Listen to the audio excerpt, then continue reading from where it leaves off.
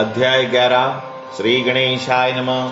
हे ओंकार रूप पशुपति, हे भवानी वर दक्षिणामूर्ति, आप ही का तो रूप है विश्व की हर एक विभूति। व्याप लेता है चराचर, रूप आपका निराकार। अविद्या माया प्रकृति का रूप आपका है आधार।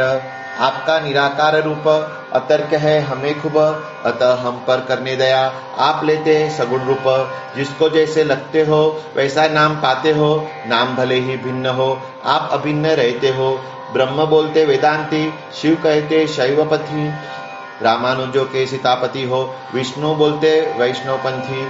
अनुसार उपासना के आपके है नाम रहते, अभिन्न रूप से पर आप सब में विद्यमान रहते। हिम केदार ओंकारेश्वर, आप सोमनाथ विश्वेश्वर। महाकाल भी आप ही हो शिप्रा के तट पर। नागनाथ वैजनाथ आप, वेरुल के घुष्णेश्वर। आप नासिक में गोदा तट पर हो त्र्यंबकेश्वर आप ही हो भीमाशंकर। मल्लिकार्जुन रामेश्वर, शिंगणापुर के महादेव हो आप। गोकर्ण रूप शंकर, मेरा साष्टांग दंडवत हो आपके इन रूपों को। दीन बंधु शीघ्र कीजिए हरण मेरे त्रितापों को। आपने पल में गिरजापति, कुबेर को बनाया धनपति। मेरे ही बारे में आपको प्रश्न पड़ा है जगतपति। बालकृष्ण के घर पर अगले वर्ष योगीवर बालापुर को पहुंच गए। दास नवमी उत्सव पर 2 भक्त बालापुर के बालकृष्ण शुक्लाल थे। इनका कोई सान न था, भक्ति में रहते लीन थे। बाला भाऊ पीताम्बर थे, गणु जगदेव दिंडोकर थे। महाराज के साथ तब पाटिल भास्कर आदि थे। दास नवमी उत्सव वहां भली प्रकार संपन्न हुआ, किंतु भास्कर के लिए संकट एक उत्पन्न हुआ। कहीं से पागल कुत्ता आया, भास्कर को उसने काट खाया। यह देखकर हर कोई अत्यंत भयभीत हो गया। व्यावहारिक सारे उपाय भास्कर पर आजमाए, अंत में कोई बोला ऐसे, अब तो डॉक्टर को ही बुलाए। भास्कर बोला, नहीं जरूरत वैद्यों की मुझे इस वक्त। मेरे डॉक्टर श्री गजानन यहीं पर है आसनस्थ, आप उनके पास जाइए। वृतांत सब कथन कीजिए, अपनी जीत छोड़कर उनका कहना मान लीजिए। फिर स्वामी जी के सामने भास्कर को सब लाए साथ में। बाला भाव में समाचार महाराज ने सारे सुने। वृतांत सारा सुनकर महाराज ने कहा हंसकर, हत्या बैर और ऋण से कोई न कर रह सकता बचकर। गाय में शुक्लाल की जितनी भी दुष्टता थी, से गांव में मेरे हाथों इसने पूर्ण नष्ट करवाई थी। गाय की वही दुष्टता यहाँ बनकर आई कुत्ता, उसी कुत्ते ने आज यहाँ आज कर है भास्कर को काटा। इसने मुझसे की ही प्रार्थना, गाय की दुष्टता हर लेना, क्योंकि मतलबी भास्कर को गाय का था दूध पीना। दुखदाई है आज काटना, सुखदाई था गोरस पीना। निसंकोच हो बता मुझे तू चाहता है क्या और जीना। यह कुत्ता तो निमित्त है, आयु ही तेरी समाप्त है। अब तो तुझे मृत्युलोक त्याग देना अवश्य है। मन में अगर तेरे है कामना, थोड़ा और है तुझको जीना, तो मुझको कठिन नहीं पगले तेरी रक्षा करना। पर यह आयु होगी उधार, अशाश्वत का है यह बाजार। जन्म मृत्यु के लेन देन का यहाँ चलता है व्यवहार। मन में सोच एक बार, बता फिर तेरा विचार। ऐसा पावन पर्व तुझे नहीं मिलेगा बार बार। भास्कर बोला उत्तर में, ज्ञान से कोसों से हूँ दूर मैं। मेरे विषय में है प्रत्येक निर्णय लेना आप ही ने। कल्याण अपने बालक का जानती है केवल माता, ऐसा एक अभंगमय है कथन श्री तुकोबा का। मैं बालक हूँ आपका, अतः काम न बिनती का। आप सर्वज्ञाता हो, सागर हो सुमति का। सुनकर उसका भाषण संतुष्ट हो गए दया निदान। सत्य वचन से होता ही है सत्य प्रिय को समाधान। किसी ने कहा महाराज को, बचा लीजिए भास्कर को। भक्त है यह आपका दूर करना विष के प्रभाव को। उसको बोले दया निदान, यही तो है तेरा अज्ञान। अरे पगले जन्म मरण की धारणा है भ्रांतिमान। न कोई मरे न कोई जन्मे, यह सारा तत्व जानने परमार्थ का उपाय कथन किया है शास्त्रकारों ने। उसका प्रयोग कर लेना, मोह जड़ से त्याग देना। धैर्यपूर्वक प्रारब्ध का स्वीकार चाहिए कर लेना। संचित प्रारब्ध क्रियमाण, इन तीनों को भोगे बिना इस बद्ध जीव के कभी टूटते नहीं है बंधन। पूर्व जन्म में जो किया है इस जन्म में भुगतना है, और वही भुगतने हेतु हमें जन्म भी लेना है। इस जन्म में जो करना अगले जन्म में है भरना। जन्म मृत्यु के ऐसे कितने फेरे हमने लेते रहना। इसके उर्वरत कुछ भी पूर्व जन्म का बचा नहीं। मोक्ष प्राप्ति से उसे कोई बंधन रोक सकता नहीं।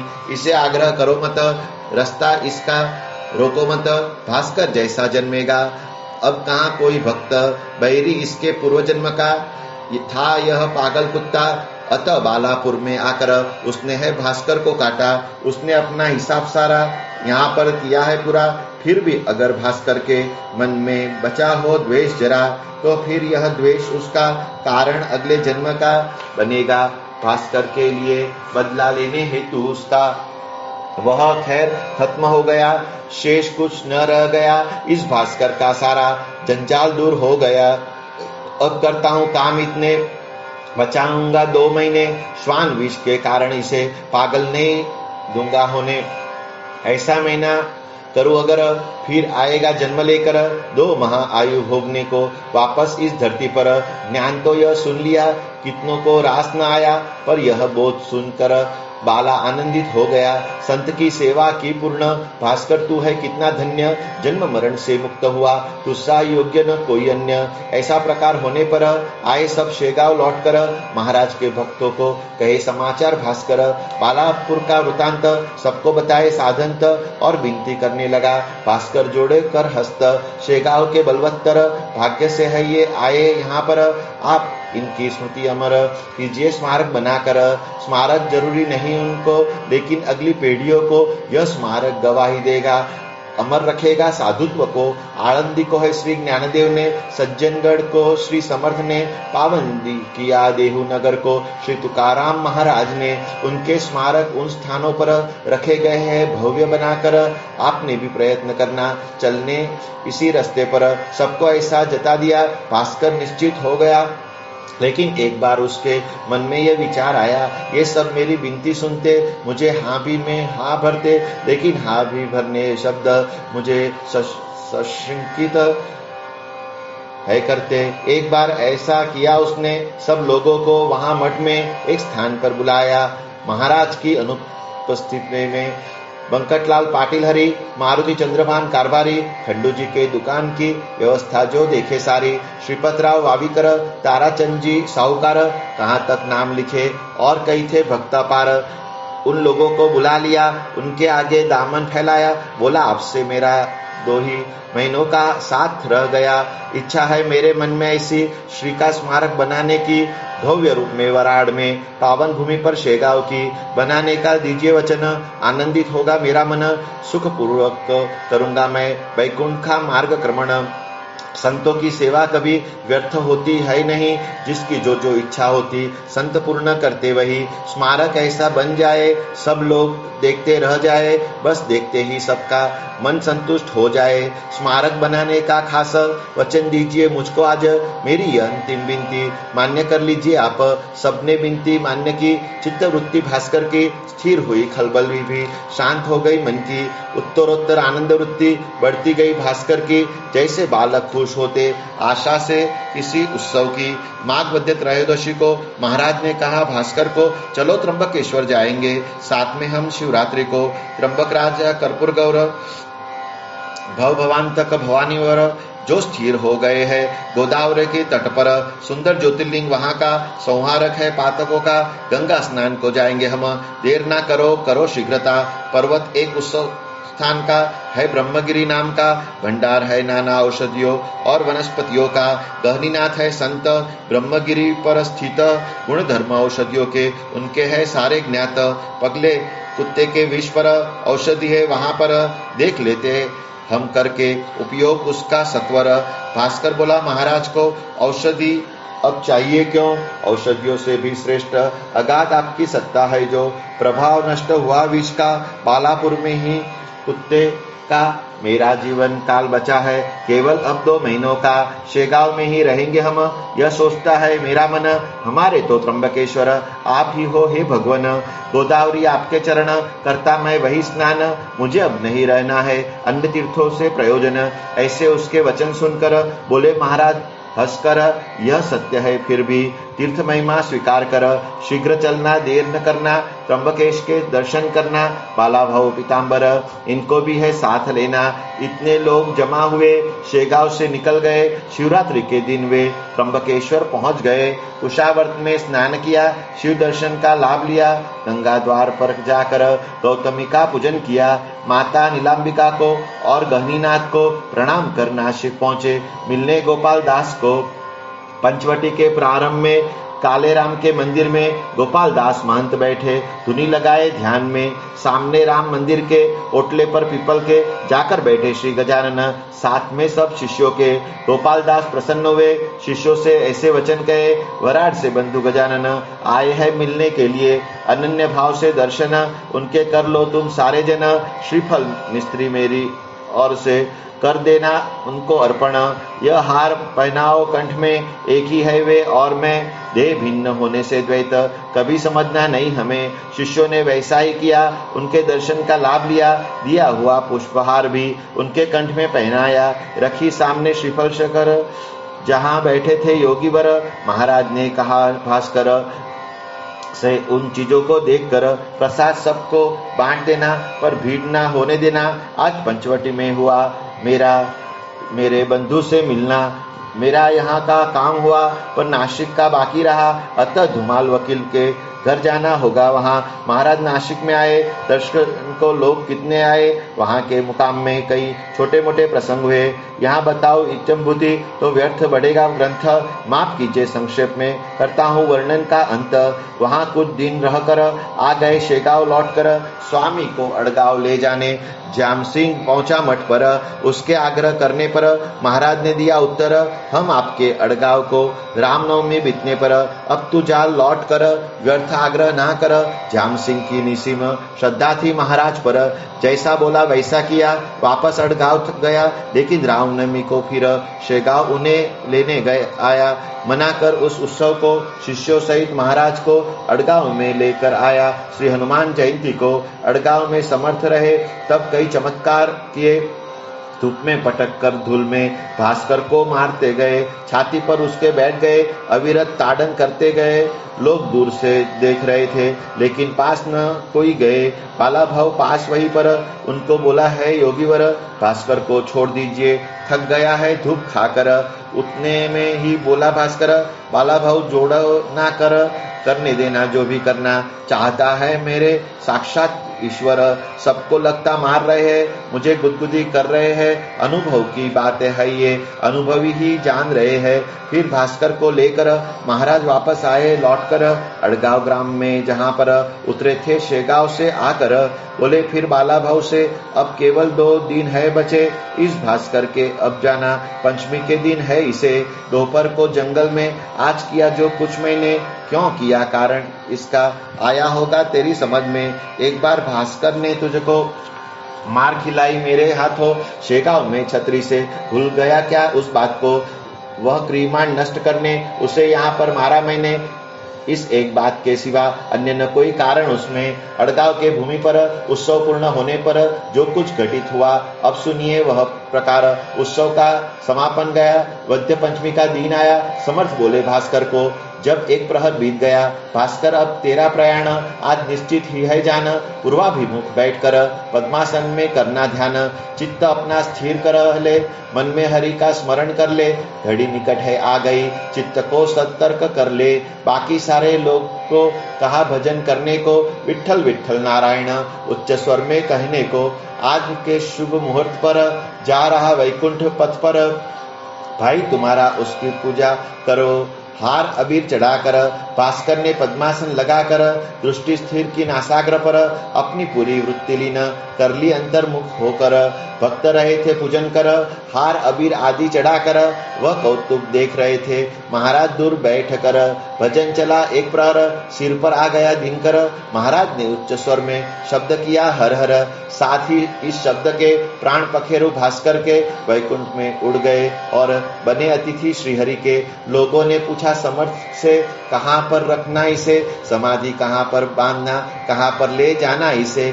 समर्थ ने दिया उत्तर, पशुपति जो द्वारकेश्वर, उसके सानिध्य है सती, रखना इसे वहीं पर। समर्थ ने आदेश दिया, लोगों ने विमान तैयार किया, चारों ओर से केली के खंभे लगाकर सजाया, अंदर रखा कलेवर, भजन का कर रहे गजर, द्वारकेश्वर के पास ले आए शोभा यात्रा निकाल कर। वहां पर हुआ संपन्न समाधि पूजन शास्त्रोक्त, लोग बोले महाराज का गया गया परम भक्त। दूसरे दिन से वहां पर समाधि के स्थान पर गरीबों के लिए दिया अन्नदान शुरू कर। स्थान द्वारकेश्वर का अड़गांव के सानिध्य था, गांव के उत्तर की ओर 1 मील का अंतर था।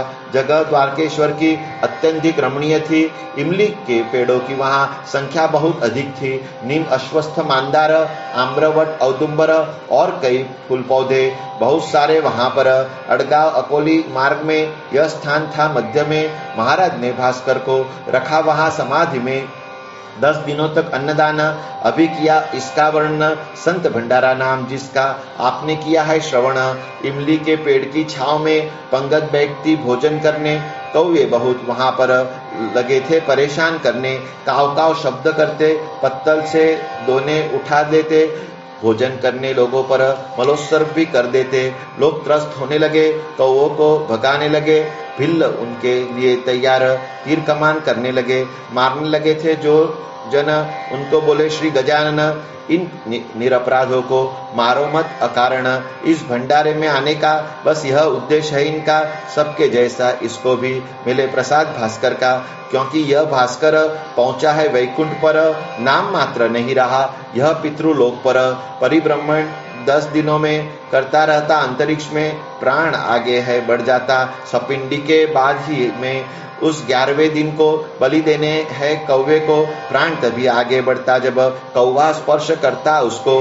कारण ही है नहीं बचा भास्कर के बलिदान का, अतः माथा उनका ठनक गया। इन समस्त कौवों का आत्मा इस भास्कर की पा गई है साक्षात मुक्ति। इस समय तो मेहमान बन गए हैं वैकुंठ की। इन सोम सूर्य लोगों का इसे कारण ही न बचा, अतः प्रयोजन देखो रहा नहीं पीड़ दान का। ऐसी मुक्ति जो नहीं पाते उनके लिए पिंड देते, कलश पर पिंड रखकर कौवों का इंतजार है करते। अतः कौवे क्रुद्ध हो गए, क्योंकि वे यह जान गए इसकी आत्मा ने प्रस्थान किया है वैकुंठ के लिए, अतः हमें प्रसाद इसका मिलना चाहिए भंडारे का।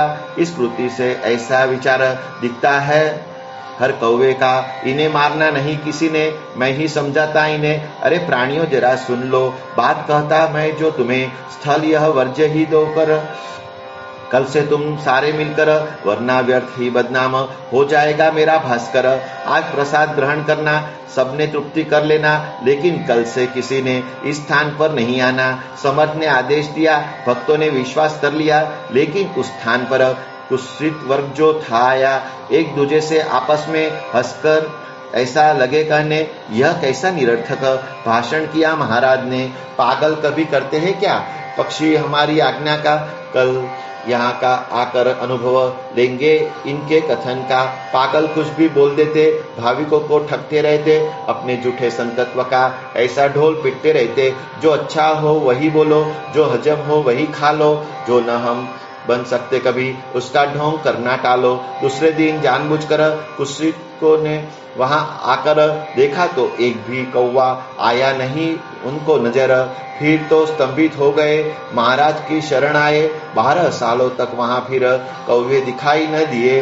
14 दिन होने पर महाराज गए लौटकर, उर्वरित शिष्यों समेत सहित पहुंच गए शेगांव नगर।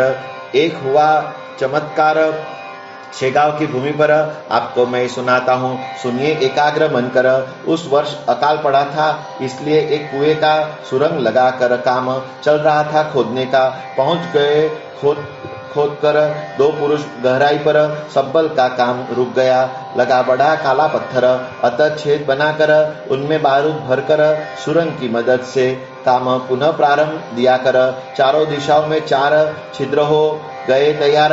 रस्सियां अंदर डालकर बारूद भरा, आखिरकार एरंड की नलिया बुलाई, चारों रस्सियों में सरकाई, पर रस्सी की गठानों पर वे अटक गई थी सारी।